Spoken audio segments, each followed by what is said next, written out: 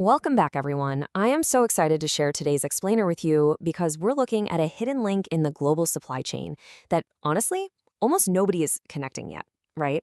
Like when we talk about global choke points, especially the Strait of Hormuz in the Middle East, the conversation is almost entirely dominated by one word: oil. We think of energy markets, gas prices, heating our homes. But today, we are going to look at the massive global stakes of a Hormuz closure through a completely different lens. We're going to uncover a crisis hiding right in plain sight, one that literally threatens the very foundation of modern technology. Okay, let's dive into this. Why might semiconductor fabs, the incredibly advanced factories building the microchips that run our entire modern world, actually grind to a halt before the world's oil reserves run dry in an energy war? It sounds completely counterintuitive, doesn't it? You'd think an energy blockade would starve the world of, well, energy first. But the intricate reality of global logistics tells a much faster, much more disruptive story. To really wrap our heads around this, we have to look at one of the starkest, kind of craziest juxtapositions in modern manufacturing. On one hand, you have party balloons, the totally mundane, everyday things we see at kids' birthday parties. And on the other hand, you have advanced semiconductors, the absolute pinnacle of human engineering, the stuff driving artificial intelligence, electric vehicles, global communications, the whole shebang. So what ties these two completely different things together? They both rely on the exact same noble gas: helium. And this brilliantly illustrates exactly why helium isn't just for floating balloons. It is absolutely mission critical for technology. Making cutting-edge microchips is an extreme process. You need helium to cool down silicon wafers while they undergo intense processing. Plus, it's completely non-reactive, which makes it perfect for maintaining those ultra-pure, zero-contamination environments that chip fabrication absolutely demands. On top of that, it operates the cryogenic cooling systems inside the world's most advanced lithography machines. Bottom line, without helium, you simply cannot make cutting-edge chips. And the truly terrifying part for the tech industry, there is absolutely no substitute for helium at our current technology levels. None. If you don't have it, the fab shuts down. Section 1. Logistics of helium transport. The Qatar connection. Let's trace the actual physical journey of this critical gas. Because helium doesn't just magically appear in a lab somewhere. It's extracted heavily as a byproduct of liquid natural gas, or LNG. And a massive amount of this extraction happens in Qatar. Qatar's state-of-the-art helium plants are literally co-located right next to their sprawling LNG processing facilities. So, step 2, it has to be loaded onto highly specialized sea transport. Then step 3, and this right here is the critical bottleneck. Every single drop of that sea transport must navigate the Strait of Hormuz choke point. Only after making it through there, in step 4, can it finally be shipped to the global semiconductor fabs operating in Taiwan, South Korea, the US, and China.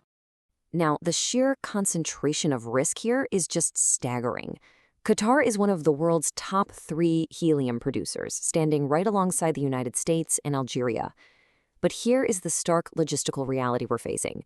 100% of Qatar's sea exports must transit the Strait of Hormuz. There are 0 bypass options, none. You can't just throw it on a truck and route it over land. In fact, CNBC and commodity analysts are already out there flagging climbing prices for helium right alongside crude oil and fertilizer. The tightening supply is very real, and this geographic choke point is absolute. Section 2.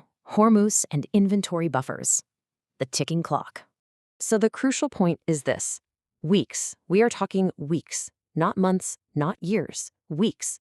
You see, the global semiconductor industry operates on incredibly lean, just-in-time manufacturing principles. These multi-billion-dollar fabs operate with dangerously minimal buffer stocks of specialty gases. It's not like oil. They simply don't have massive underground reservoirs of helium waiting around for a rainy day. A sustained supply disruption at Hormuz means these fabs would deplete their specialty gas inventories long before a nation's strategic petroleum reserves ever ran out. Let's walk through exactly how this domino effect would play out in real time. Day 1, a Hormuz blockade begins. The oil markets panic immediately. But the tech world? It keeps humming along. However, by weeks 2 to 4, the localized reality hits the fabs. Their minimal on-site helium buffers completely deplete. And because the highly specialized shipping containers are stuck in the Persian Gulf, no resupply arrives. Fast forward to month 2, and we see a global slowdown in semiconductor fabrication. By month 3 and beyond, this localized geographic blockade has officially mutated into a global technological stagnation. Global chip lead times extend massively, crippling production lines for countless other industries all over the world. Section 3. The Global Cascade Effect. A worldwide impact. A tightening helium supply doesn't care about borders. It indiscriminately hits every major semiconductor manufacturer on planet Earth. TSMC in Taiwan, Samsung in South Korea, Intel and Micron in the United States, and SMIC and Huahong in China. Every single one of these titans of industry is heavily reliant on an uninterrupted flow of helium. If the supply constricts, production slows down globally. And when production slows down, well, chip prices skyrocket for absolutely everyone, affecting everything from the smartphone in your pocket to the massive servers running the internet. Section 4. Geopolitical irony. Energy versus future tech. Let's move to and see how this builds on a national scale, specifically looking at China. China is the world's largest consumer of semiconductors. While they import heavily from places like Taiwan, South Korea, and Japan, they are also rapidly scaling up their own domestic fabs. But their most critical strategic priorities, things like artificial intelligence development, their booming electric vehicle industry, and their military modernization, they all absolutely depend on chips. A helium shortage doesn't just hit one sector. It hits all of China's strategic priorities simultaneously. It's a cascading vulnerability entirely dependent on an uninterrupted supply of this single, irreplaceable gas. I really want to leave you with this powerful summary from our source analysis because it perfectly captures the hidden reality of our interconnected world. Quote, "When you think about choke points, don't just think about oil tankers. Think about the helium molecules those tankers share a shipping lane with. The biggest, most disruptive impact of an energy war might not come through oil at all, but through a noble gas most people only associate with birthday parties. It's kind of mind-blowing when you think about it." And that opens the door to an even larger, much more complex question. If technology is this dangerously exposed to a single geographical bottleneck, what about basic survival? Is China's real vulnerability not energy, but actually food imports flowing through the exact same choke points? We are definitely going to tackle that fascinating question in our next explainer. In the meantime, I would love to hear your thoughts on this helium bottleneck. Drop them down in the comments below. And definitely don't forget to subscribe so you don't miss our upcoming deep dive into the hidden logistics of the global food supply.